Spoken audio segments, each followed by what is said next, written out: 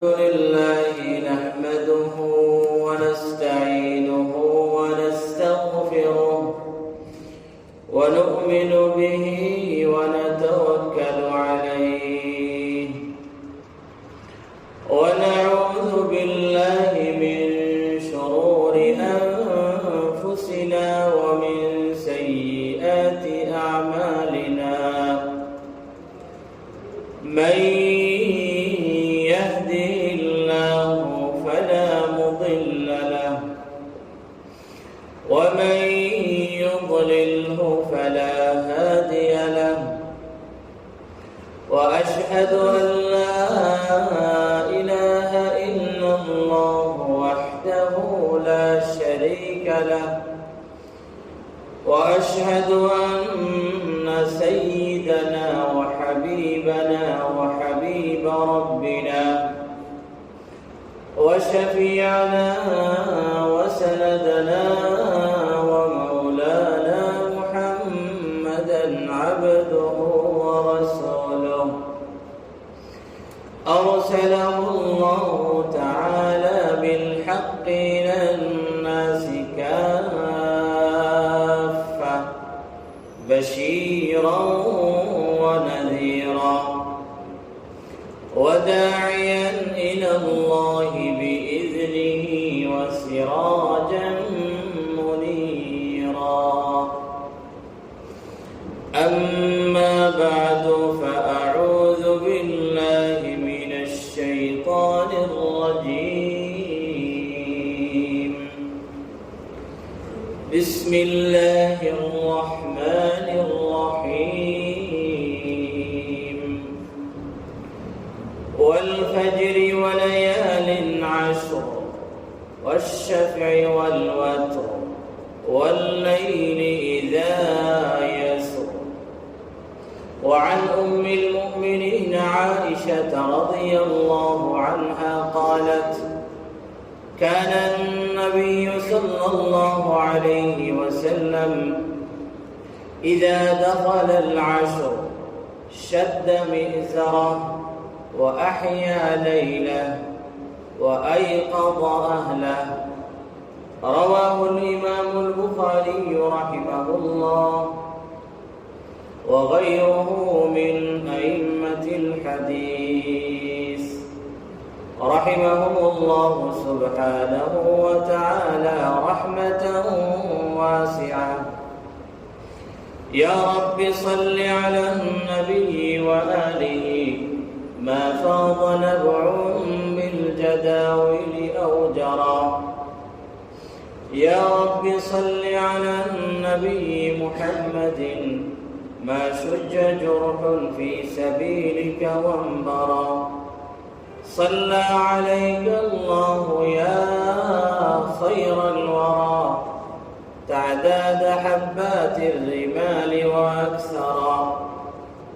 صلى عليك الله ما غيث هما فوق السهول وبالجبال وبالقرى. صلوا على المختار أحمد إنه أزكى الأنام وخير من وطئ الثرى. بارك الله لي ولكم في القرآن العظيم ونفعني وإياكم بالآيات والذكر الحكيم. صلى الله على سيدنا ومولانا محمد وعلى آله وأصحابه وسلم. صلى الله على سيدنا ومولانا محمد وعلى آله وأصحابه وسلم. رب كريم مولاي رحيم عالي شان শাহী দরবারে লাখ করো শুকর তিনি আমাদেরকে মাহে রমাদানের তৃতীয় জুমাবারে মাগফিরাতের বিশেষ 10 দিনের শেষ দিনে আমাদেরকে সালাতুল জুমআ আদায় করার উদ্দেশ্যে তার পবিত্র গড় জামে মসজিদে আসা, নামাজের অপেক্ষায় অপেক্ষমান হয়ে বসা এবং মাঝখানে কিছু দিনই তালিমে অংশগ্রহণ করার তৌফিক দান করেছেন। সেজন্য আমরা সবাই বলি আলহামদুলিল্লাহ। মাহে রমাদান এই যে আমাদের সামনে আসলো, দেখতে দেখতে আজকে 20 রমজানের 20 তারিখ, মানে মাহে রমাদানের 2/3 বিদায়। আজকে 3 ভাগের 2 ভাগের বিদায় সামনে আছে এবার। আর যে বাঘটা আমাদের সামনে আছে সেই বাঘ হচ্ছে রমজানের রাজা। সারা বছরের মাসসমূহের রাজা মাস হচ্ছে মাহে রমাদান, আর মাহে রমাদানের রাজা দিন হচ্ছে সর্বশেষ 10 দিন, শেষের 10 দিন। আর শেষ 10 দিন সমূহের রাজা হচ্ছে বেজুর রাতগুলি। আর বেজুর রাতগুলির মধ্যে বলতে গেলে বলা যায় সবচেয়ে বড় আশা করা যায় 27 রাত। সুতরাং আমরা 11 মাস অপেক্ষা করার পর মাহে রমজান পেয়েছিলাম, দেখতে দেখতে 20-এ পৌঁছে গেছি। এখনো আক্ষেপের কিছু নাই, সামনে মূলটা রয়ে গেছে। হাদিসের মধ্যে আসছে উম্মুল মুমিনিন আম্মা জান আয়েশা রাদিয়াল্লাহু তাআলা আনহা থেকে বর্ণিত, কানা নবী সাল্লাল্লাহু আলাইহি ওয়াসাল্লাম ইযা দাখালা আল-'আশর শাদ্দা মিযরা ওয়া আহইয়া লাইলা ওয়া আইকাযা আহলান। যখন শেষ 10 আসতো তখন নবীজি কোমর বেঁধে ইবাদতে লাগতেন। ওয়া আহইয়া লাইলা, রাত জাগ্রত থেকে রাতকে জীবিত রাখতেন, অর্থাৎ সারা রাত ইবাদতে কাটাতেন। আবার শুধু তিনি একা নয়, 3 নম্বর কথা আছে ওয়া আইকাযা আহলা, তিনি একা একা নন, বরং তিনি তার পরিবার পরিজনকেও জাগাইয়া ইবাদতে ব্যস্ত করে দিতেন। সুতরাং এই 10 দিন সামনে যে আসতেছে, 10 রাত সামনে আসতেছে, এগুলি হচ্ছে বছরের রাত সমূহের মাঝে রাজা রাত, সর্বশ্রেষ্ঠ রাত। কোন কোন বর্ণনার মধ্যে যুলহজ মাসের প্রথম 10 দিনের ফজিলত আসছে। শেখুল ইসলাম আল্লামা ইবনে তাইমিয়া রাহমাতুল্লাহ আলাইহি উভয় কথার মধ্যে এরকম সমন্বয় সাধন করেছেন যে দিন সমূহের মধ্যে বছরের শ্রেষ্ঠ দিন হচ্ছে জিলহজ মাসের প্রথম 10 দিন, যেহেতু ওই দিন সমূহের মাঝে ইয়াউমে আরাফা, ইয়াউমুন নাহর আছে। আর রাত সমূহের মাঝে বছরের শ্রেষ্ঠ রাত হচ্ছে রমজান মাসের রাত, যেহেতু তাতে লাইলাতুল কদর রয়েছে। সুতরাং দিন সমূহের মাঝে তিনি বলেছেন জিলহজ মাসের প্রথম 10 দিন। আর রাত সমূহের মাঝে শ্রেষ্ঠ, বছরের সর্বশ্রেষ্ঠ রাত হচ্ছে মাহে রমাদানের শেষ 10 রাত। এই হোক আমাদের সামনে যে আসতেছে, এই যে আজকে সূর্য ডোবার সাথে সাথে শুরু হয়ে যাবে ওই বছরের সর্বশ্রেষ্ঠ রাতগুলি। সেজন্য আমরা নবীজি সাল্লাল্লাহু আলাইহি ওয়াসাল্লাম যেরকম কোমর বেঁধে রাখতেন, আমরাও তার মায়ার উম্মত হিসাবে আমরাও ইনশাআল্লাহ যতটুকু অবহেলা হয়ে যাওয়ার হয়ে গেছে, আল্লাহর দরবারে আমরা কান্নাকাটি করবো, মাওলা অবহেলা হয়ে গেছে। আর আগামী দিনগুলিকে আমরা যাতে কাজে লাগাই, আমাদের সেই ক্ষেত্রে সচেষ্ট থাকতে হবে। এমন প্রশ্ন হচ্ছে, বুঝলাম এই 10 দিনকে আমাদের কাজে লাগাতে হবে। এই 10 রাত, শেষ 10 রাত হচ্ছে সর্বশ্রেষ্ঠ রাত বছরের। তাহলে শুধু কোনো সর্বশ্রেষ্ঠ শ্রেষ্ঠ মেহমান, মুআজ্জাজ মেহমান শুধু সামুন দিয়ে আসলেই হয় না, বরং তার থেকে কিছু একটা গ্রহণ করার মতো অগ্রসর হতে। এখন প্রশ্ন হচ্ছে যে আমরা কিভাবে কি করলে আমরা আগামী 10-এর ফজিলতগুলি অর্জন করতে সক্ষম হব। তো কয়েকটি বিষয় আমি সংক্ষেপে পয়েন্টে পয়েন্টে বলছি, তো বিস্তারিত বলার সময় নেই। আমি নাম্বারিং করে কয়েকটি বিষয় আমি সামনে নিয়ে এসেছি, যাতে কোনো একটি আমার থেকে না ছুটে যায়। 1 নাম্বার হচ্ছে আমাদের জীবনের আকীদা বিশ্বাস থেকে শুরু করে সকল কাজ থেকে শিরকের যে নজাসত আছে সেটাকে জেড়ে ফেলে দিতে হবে।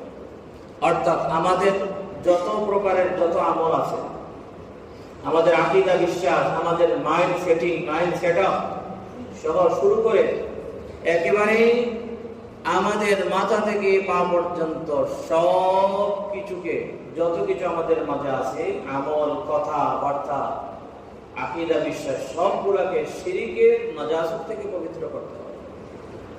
কারণ কি, যদি কোনো ব্যক্তির জীবনে শিরক থাকে, তাহলে পাহাড় সম, হিমালয় পর্বত সম আমল হলেও সেগুলি কাল কিয়ামতের দিন একেবারে ধূলিকণার মতো হয়ে যাবে, কোনো মূল্য থাকবে না। আল্লাহ সুবহানাহু ওয়া তাআলা বলেন, ওয়াকাদিমনা ইলা মা আমিলু মিন আমাল ফাজআলনাহু হাবাআম মানসুরা। যাদের ভিতরে শিরক রয়েছে, কাল কিয়ামতের দিন তাদের সমস্ত আমল একেবারে ধূলিকণা, যেগুলি বাতাসের সাথে উড়ে, উড়ন্ত ধূলিকণার মতো করে, কোনো মূল্য নাই। সুতরাং 1 নাম্বার, আমাদের যাবতীয় আমল, আমাদের কথাবার্তা, আমাদের মাইন্ড সেটআপ, আমাদের আকীদা বিশ্বাস সব কিছুকে শিরক মুক্ত রাখতে হবে। এই দিনগুলির বা এই রাতগুলির ফজিলত পেতে হবে। 2 নম্বর বিষয় হচ্ছে আমাদের আমলগুলিকে বেদাত মুক্ত করতে হবে, নবীজির সুন্নাহ মোতাবেক করার চেষ্টা করতে হবে এবং আমলগুলিকে বেদাত মুক্ত করতে হবে। হযরত আম্মা জান আয়েশা রাদিয়াল্লাহু তাআলা আনহার হাদিস, আল্লাহর হাবিব সাল্লাল্লাহু আলাইহি ওয়াসাল্লাম বলেছেন, মান আমিলা আমালান লাইসা আলাইহি আমরুনা ফাহুয়া রাদ। যে ব্যক্তি মন গড়া কোনো আমল করলো, মন গড়া আমল মানে হচ্ছে বেদাত, যেটার পক্ষে কোরআন সুন্নাহ বা সাহাবায়ে কেরামের কোনো সাপোর্ট নাই, অর্থাৎ বেদাত, বলতেছেন ফাহুয়া রাদ্দুন, তার এই কাজটি হচ্ছে প্রত্যাখ্যাত। সুতরাং 2 নম্বর কাজ হচ্ছে আমাদের আমলগুলিকে বেদাত মুক্ত রাখার চেষ্টা করব, যাতে আমাদের আমলগুলির কবুলিয়ত, আমাদের আমলগুলির গ্রহণযোগ্যতা আল্লাহর কাছে পায়, আর আমলের গ্রহণযোগ্যতার মাধ্যমে ওই রাতগুলির ফজিলত যাতে আমরা পেতে সক্ষম হই। 3 নম্বর হচ্ছে রিয়াকারী, লৌকিকতা, মানুষকে দেখানোর যে চিন্তা, সেই চিন্তা থেকে আমল মুক্ত থাকতে হবে। এটা আমাদের বড় রোগ। আমার কথাই বলছি, অনেক সময় অনেক আমাদের মতো ওয়াইজরা আছে, ওয়াজ করে মানুষের সুনাম সুখ্যাতি কুড়ানোর জন্য, ভাইরাল হওয়ার জন্য। রিয়া এমনও হতে পারে ওই হুজুর, যে হুজুরের মধ্যে রিয়াকারী আছে, তিনি ওয়াজ করছেন, মানুষ তার মাধ্যমে আমল করছে, তার ওয়াজ শুনে মানুষ জান্নাতে যাবে, কিন্তু আল্লাহ মাফ করে হয়তো তিনি জান্নাতে নাও যেতে পারেন। রিয়াকারী এত মারাত্মক একটি পাপ। এটা ওই যে আমাদের ঘরে বা গ্রাম অঞ্চলে বা আমাদের টাউনে মাঝে মধ্যে বাত্তিয়ারা আছে না, ছোট ছোট ইঁদুর, ফুচুতি হয়ে যায়। কিছুদিন পরে দেখা যায় কিরে কিতাবগুলো, বইগুলো তো বইয়ের গুঁড়া পাওয়া যায়, এমনকি কোনো সময় দেখা যায় টাকাও কেটে গেলে। বাত্তিয়ারা, ছোট ছোট ইঁদুর আছে না, এই রিয়া হচ্ছে বাত্তিয়ারা, ইঁদুরের মতো, কোন দিক দিয়ে ঢুকে বলা যায় না, কিন্তু বরবাদ করে। হঠাৎ করে আপনার সেলফ থেকে একটা বই, কিতাব টান দিয়েছেন, দেখেন খাইলো কোন সময়, আসলো কোথায় থেকে। এরকম আমারও হয়েছে। হঠাৎ করে দেখা যায় কি একটা দৌড় মারে, টিকটিকের মতো দৌড় মারে, ধরা যায় না। হঠাৎ করে আমার কাগজ বের করছি, দেখতেছি কাগজের সব সাইড একেবারে খেয়ে দিয়েছে। এইরকম হচ্ছে রিয়া। কেমনে ঢুকে যায় বলা যায় না, রিয়া ঢুকলে কিন্তু আমল বরবাদ। নবীজি সাল্লাল্লাহু আলাইহি ওয়াসাল্লাম হাদিসের মধ্যে বলেছেন, মান আমিলা আমালান আশরাকা ফীহি মাইয়া গায়রি তারাকতুহু ওয়া শিরকা। যে ব্যক্তি এমন আমল করলো যে আমলের সাথে আমার সাথে অন্যকে শরীক করলো, আমি তাকে এবং তার শিরককে ছেড়ে দেই, আমিও তো মুহতাজ নই, যে ওই রকম বেজাল যেটার মধ্যে রিয়াকারী আছে। সুতরাং আমাদের 3 নম্বর কাজ হচ্ছে রিয়াকারী থেকে আমাদের আমলকে পবিত্র রাখতে হবে। না হয় লাইলাতুল কদর, শবে কদর আমাদের সামনে দিয়ে চলে যাবে, কিছুই অর্জন হবে না। কারণ আমার আমলের ভিতরে বাত্তিয়ারা ঢুকে গেছে। আমার চেকের পৃষ্ঠায় লেখা ছিল 3 লক্ষ টাকা, 3টা বাত্তিয়ারা কে ফেলছে, এখন কত দিবে ইয়েতে গেলে। 3 লক্ষ টাকার একটা চেক আমাকে একজনে দিয়েছিল, বাত্তিয়ারা ঢুকে ওই 3 সংখ্যাটা খাইয়া গেছে।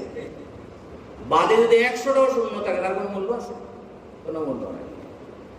4 নম্বর বিষয় হচ্ছে আমাদের অন্তরকে হিংসা, বিদ্বেষ, দুশ্মনী, আদাওয়াত, অন্যের ক্ষতি সাধনের চিন্তা থেকে পবিত্র করতে হবে। মুসলিম শরীফের হাদিস। ফজিলতের দিনগুলির বর্ণনা করতে গিয়ে নবীজি সাল্লাল্লাহু আলাইহি ওয়াসাল্লাম বলেছেন, ওই সমস্ত ফজিলতের দিনে আল্লাহ সুবহানাহু ওয়া তাআলা তার বান্দাদেরকে আমভাবে মাফ করে দেন। ইল্লা রাজুলান কানা বাইনাহু ওয়া বাইনা আখিহি শাহনা, তবে ওই ব্যক্তিকে আল্লাহ সুবহানাহু ওয়া তাআলা মাফ করে দেন না ওই ব্যক্তি আল্লাহর রহমতের জোয়ারের দিনেও কোনো একটা সিটাও পায় না, যে ব্যক্তি এবং তার আরেকজন মুসলিম ভাইয়ের মাঝে ঝামেলা আছে। আল্লাহ সুবহানাহু ওয়া তাআলার পক্ষ থেকে ঘোষণা হয়, আনযিরুহুমা হাত্তা ইয়াসতালিহা, আনযিরুহুমা হাত্তা ইয়াসতালিহা। আমার ফেরেশতারা, তাদের মাফির বিষয়টা ঝুলন্ত মওকুফ রেখে দাও, দেখা যাক তারা উভয়ের মাঝে মীমাংসা করে কিনা। যদি তারা উভয়ের মধ্যে মীমাংসা করে ফেলে, উভয়ের ভিতরে অন্তরের যে ময়লা আছে, হিংসা, বিদ্বেষ, আদাওয়াত, দুশ্মনী আছে, সেটি যদি তারা উভয়ে জেনে ফেলে দেয়, তাহলে তাদেরকেও রহমতের চাদরের ভিতরে ঢুকাবো। সুতরাং এটা একটা গুরুত্বপূর্ণ বিষয়। আমাদের মুসলিম সমাজ এত অধপতিত হওয়ার পিছনে প্রধান একটি কারণ হচ্ছে আমাদের অন্তরগুলির মধ্যে একে অপরের ক্ষেত্রে পরিষ্কার নয়। হ্যাঁ, আল্লাহর ভালো বান্দারা আছে যাদের কেউ কষ্ট দিলে অন্তরে রাখে না, বা কারো কষ্ট দেওয়ার বা কারো ক্ষতি করার চিন্তা অন্তরে নাই, কিন্তু আমরা দেখা যায় অনেক সময় আমাদের মধ্যে ঝামেলা থাকে। কোন একজন মানুষের আলোচনা আসলে বলে, আরে ওর কথা আর কইেন না, শুধু একে অপরকে হেও করে দেখে। এর কারণে আমাদের বাঙালি জাতিদেরকে আল্লাহ মেধা কম দেন না, অনেক মেধা আছে। বিভিন্ন ভার্সিটিতে, বাইরের ভার্সিটিতে বাঙালিরা নাম্বার 1 হয়, কিন্তু আমাদের মধ্যে যে সমস্ত ত্রুটি এবং যে সমস্ত অসুবিধা আছে, যেগুলি আমাদের সফলতার পিছনে বিরাট বড় একটি বাধা, তার থেকে একটি হচ্ছে আমরা একে অপরকে দেখতে পারি না। পরস্পরের মাঝে আমাদের মন অন্তর পরিষ্কার নয়। সুতরাং এই যে বরকতের জোয়ারের দিন চলছে, বা আরো বড় জোয়ারের দিন আসছে, সেই দিনগুলির মধ্যে আমাদেরকে এই গর্হিত মন্দ কাজ থেকে বিরত থাকতে হবে এবং দিলকে পরিষ্কার করতে হবে। 5 নম্বর বিষয় হচ্ছে রোজাকে হেফাজত করতে হবে, যেগুলির আলোচনা বিগত দিনে হয়েছিল। 6 নম্বর হচ্ছে শুধু রোজা রাখলে হবে না, আল্লাহ সুবহানাহু ওয়া তাআলা আমাদের উপর যে সমস্ত ফরজ ওয়াজিব করে দিয়েছেন, সেগুলি যথাযথভাবে যত্ন সহকারে আদায় করতে হবে। কিছু মানুষ আছে ওই সেহরি খাইয়া ঘুমায়, ফজর নামাজ পড়ে জোর যায়। আবার কেউ এরকমও আছে যে ইফতার করে আমাদের সাথে, কিন্তু ইফতার করিয়া বাইরে বের হয়ে যায়, নামাজটাও পড়ে না। নামাজ থেকে ইফতার বড় নয়, নামাজ থেকে রোজা বড় নয়। আমাদের ইসলামের 5টি স্তম্ভের মধ্যে 2 নম্বর হচ্ছে নামাজ, সালাত, আর 4 অথবা 5 নম্বর হচ্ছে রোজা।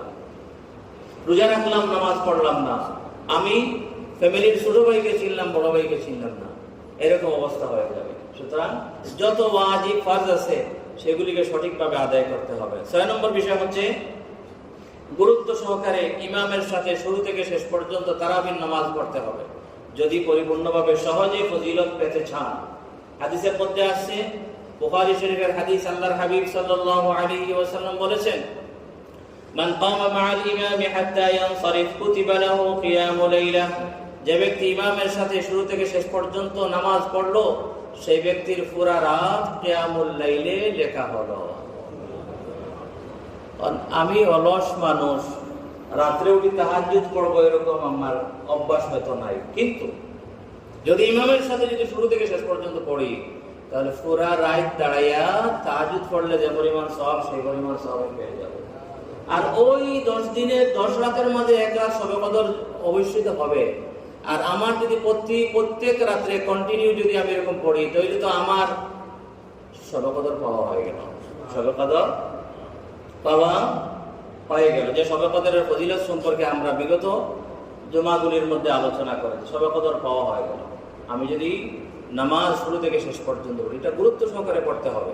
মনে করতে হবে, হতে পারে এরকম ধারণা করতে হতে পারে যে আমার জীবনের শেষ রমজান এই বছর, আর আগামী বছর বাঁচবো কিনা, এরকম আমার মতো আমার সাথে কম বয়সী মানুষও গত রমজানে ছিল, এই রমজানে আমার সাথে নাই। 8 নম্বর বিষয় হচ্ছে বেশি বেশি করে কোরআনে কারীমের তিলাওয়াত করতে হবে। বিশেষভাবে প্রত্যেক রাত্রে সূরা ইখলাস 3 বার পড়ার চেষ্টা করতে হবে। সূরা ইখলাস প্রত্যেক রাতে যদি 3 বার পড়েন, সূরা ইখলাস অর্থাৎ কুল হুয়াল্লাহ সূরা, এক কুল হুয়াল্লাহ সূরা 10 পারা কোরআনের সমান। নবীজি বলেছেন সূরাতু আল ইখলাস তা'দিলু সুলুসাল কোরআন। সূরা ইখলাস তথা কুল হুয়াল্লাহ সূরা কোরআনে কারীমের 1/3 সমান। এখন যদি আপনি 3 বার সূরা ইখলাস তিলাওয়াত করেন, তাহলে যেমন কি কোরআনে কারীম পুরাটাই আপনি খতম করলেন। আর যদি প্রত্যেক রাত্রে আমল করেন, তাহলে আপনার ক্ষেত্রে আশা করা যায় যে আপনি লাইলাতুল কদরে কোরআন খতম দিয়েছেন। আর লাইলাতুল কদরে যদি কোরআন খতম দেন, তাহলে 83 বৎসর 4 মাস এর প্রত্যেক দিন এক একটি খতম করলে যে পরিমাণ সওয়াব, তার থেকে বেশি সওয়াব। 83 বৎসর 4 মাস, এখানে তো এরকম কোন মানুষই নাই যার আমলি জিন্দেগি 83 বছর 4 মাস। হয়তো 80 বছর হতে পারে, কিন্তু আমলি জিন্দেগি 83 বছর এরকম আমার সামনে কেউ দেখতেছি না। কারণ আমলি জিন্দেগি 83 বছর হতে হলে একজন মানুষের বয়স 17 ঊর্ধ্বে হতে হবে। হ্যাঁ, কারণ 15 বছরের বালিগ হয়েছে, এরপরে কত এদিক সেদিক সময় কাটাইছে, সবকিছু মিলাইয়া 83 বৎসর 4 মাস একজন ব্যক্তির আমলি জিন্দেগি বাস্তব হওয়া খুবই কঠিন। কিন্তু যদি আমরা প্রত্যেক দিন রাত্রে যদি আমরা এই আমল করি, তাহলে 83 বৎসর 4 মাস যাবত প্রত্যেক দিন কোরআনে কারীম খতম করলে যে পরিমাণ সওয়াব, তার চেয়ে বেশি সওয়াব আপনার আমলনামার মধ্যে লেখা। আর প্রত্যেক দিন তো আমাদের জন্য খতম করা কঠিন। প্রত্যেক দিন এক খতম দেওয়া যায় না, কঠিন। কত জায়জামালা, কত কিছু আছে। তারপর 9 নম্বর বিষয় হচ্ছে বেশি বেশি করে সদকা খয়রাত করা। বিশেষভাবে এই সামনের যে 10 রাত আসতেছে, প্রত্যেক রাত্রে আপনার তৌফিক অনুপাতে 1 টাকাও যদি পারেন, 1 টাকা হলেও প্রত্যেক রাত্রে আপনি সদকা করার চেষ্টা করবেন। কারণ এই 10-এর ভিতরে লাইলাতুল কদর আছে। প্রত্যেকদিন যদি করি, তাহলে তো অবশ্যই আমার কোনো একদিনের টাকা লাইলাতুল কদরে পড়বে। আর লাইলাতুল কদরের মধ্যে যদি পড়ে, তাহলে 83 বছর 4 মাস প্রত্যেক দিন ওই পরিমাণ টাকা আল্লাহর রাস্তায় খরচ করলে যে পরিমাণ সওয়াব, তার চেয়ে। উদাহরণস্বরূপ আমি 10 টাকা দিলাম, প্রত্যেক রাত্রে আমি মসজিদের বক্সে 10 টাকা করে রাখলাম। এখন এই 10-এর মধ্যে তো লাইলাতুল কদর আছে। এখন ওই আমার কোন একদিনের 10 টাকা পড়ছে লাইলাতুল কদরে, আর লাইলাতুল কদরের মধ্যে 10 টাকা পড়ার কারণে আমি লাইলাতুল কদরের ফজিলতটা পেয়ে গেলাম। আর 83 বছর 4 মাস যাবত প্রত্যেক দিন 10 টাকা করে আমাদের মসজিদের বক্সে দেনেওয়ালা মানুষ পাবে না। 83 বছর 4 মাস তো বাঁচে, এইটা মানুষ বাঁচতে আমাদের জিন্দেগি নাই। প্রত্যেক দিন 10 টাকা দেওয়া সম্ভব হবে না। কোনোদিন পকেটে টাকা নাই, কোনোদিন আমার রিক্সা ভাড়া নাই, অনেক কিছু। 10 নম্বর বিষয় হচ্ছে যে বেশি বেশি করে তওবা ইস্তেগফার করা। 11 নম্বর বিষয় হচ্ছে যে রমজানের শেষ দিকে আসিয়া সাদাকাতুল ফিতর বা যাকাতুল ফিতর বা আমরা যেটাকে ফিতরা বলি, এটা আদায় করা। এটার ব্যাপারে আমরা ইনশাআল্লাহ একটু পরে আলোচনা করব, কিভাবে ফিতরা দিব, কাদের উপর ফিতরা দেওয়া ওয়াজিব এবং আমরা ফিতরা কাদেরকে দিব। 12 নম্বর বিষয় হচ্ছে ইতিকাফ, সুন্নাতুল ইতিকাফ। এই 10 দিনের গুরুত্বপূর্ণ আমল সমূহের মাঝে একটি আমল হচ্ছে সুন্নাতুল ইতিকাফ। নবীজি তার সারা জীবন, তিনি যখন থেকে রোজা ওয়াজিব হয়েছে, যখন থেকে রোজা ফরজ হয়েছে, তখন থেকে তার জীবনের শেষ পর্যন্ত তিনি ইতিকাফ করেছেন। 1 বছর ইতিকাফ করতে পারেন নাই, পরে এটার কাজা দিয়েছেন। ইতিকাফের গুরুত্ব এবং ফজিলত বোঝানোর জন্য এত লম্বা কথা বলার দরকার হয় না। ইতিকাফের গুরুত্ব এবং ফজিলত বোঝার জন্য এটাই যথেষ্ট। ইতিকাফ মানে হচ্ছে বান্দা আল্লাহর দরবারে আসি পড়ে যাওয়া। বান্দা আল্লাহর দরবারে আসি পড়ে যাওয়া, আর কোনো লম্বা কিছু বলার দরকার। বান্দা আল্লাহর দরবারে আসিয়া পড়ে যাওয়া।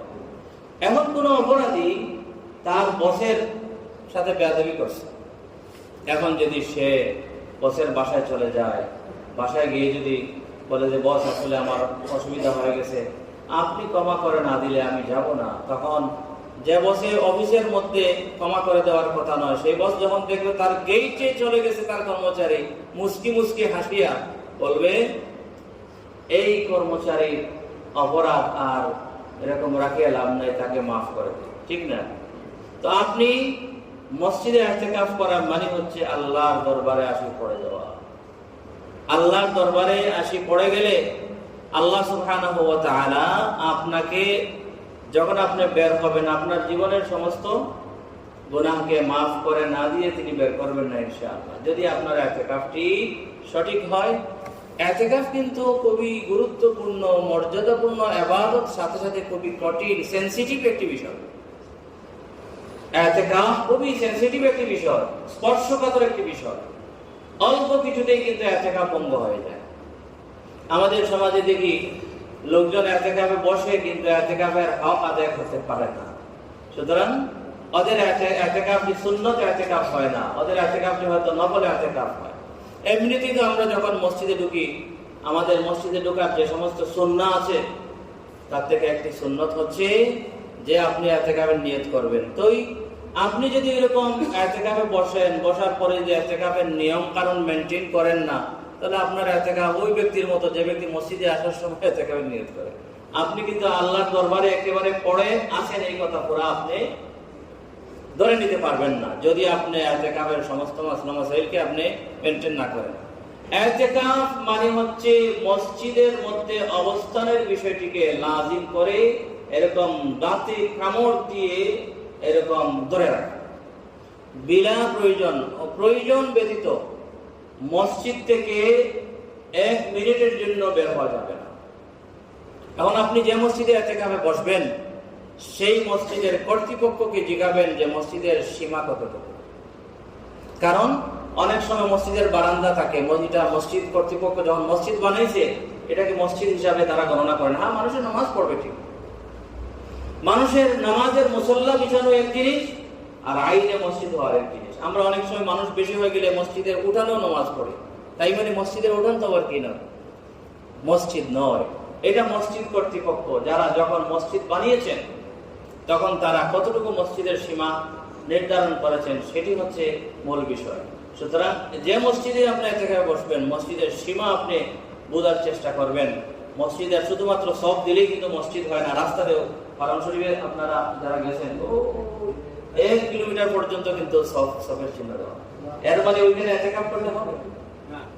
সুতরাং সফ হলেই কিন্তু মসজিদ নয়, বরং এটা মসজিদ কর্তৃপক্ষ মসজিদ যখন বানাইছে, বানানোর সময় এটা যেরকম বানাইছে, যে সীমা রেখা ঠিক করছে সেই সীমাই মানা এটা ধর্তব্য হবে। সর্বশেষ কথা হচ্ছে এই 10 দিন বা এই 10 রাতে বিশেষভাবে আল্লাহর দরবারে কান্নাকাটি করবে। জীবনের সমস্ত পাপ পঙ্কিলতা বিমোচন করার উদ্দেশ্যে আল্লাহ সুবহানাহু ওয়া তাআলার দরবারে কান্নাকাটি করবেন। বিশেষভাবে একটি দোয়া, যে দোয়াটি নবীজি আম্মাজান আয়েশা সিদ্দিকা রাদিয়াল্লাহু তাআলা আনহাকে শিক্ষা দিয়েছিলেন। আম্মাজান আয়েশা সিদ্দিকা রাদিয়াল্লাহু তাআলা বলেন, ইয়া রাসূলুল্লাহ, আপনি বলুন তো যদি কোনো সময় আমি লাইলাতুল কদর পাই তাহলে কি দোয়া করতে পারি? তখন নবীজির শিক্ষা দেওয়া, আবার তার স্ত্রী আম্মাজান আয়েশা সিদ্দিকা রাদিয়াল্লাহু তাআলা আনহাকে শিক্ষা দেওয়া দোয়াটি হচ্ছে, আল্লাহুম্মা ইন্নাকা আফুউন তুহিব্বুল আফওয়া ফা'ফু আন্নী। হে আল্লাহ, তুমি বড় ক্ষমাশীল, তুমি ক্ষমা করে দেওয়াকে পছন্দ করো, তাই মাওলা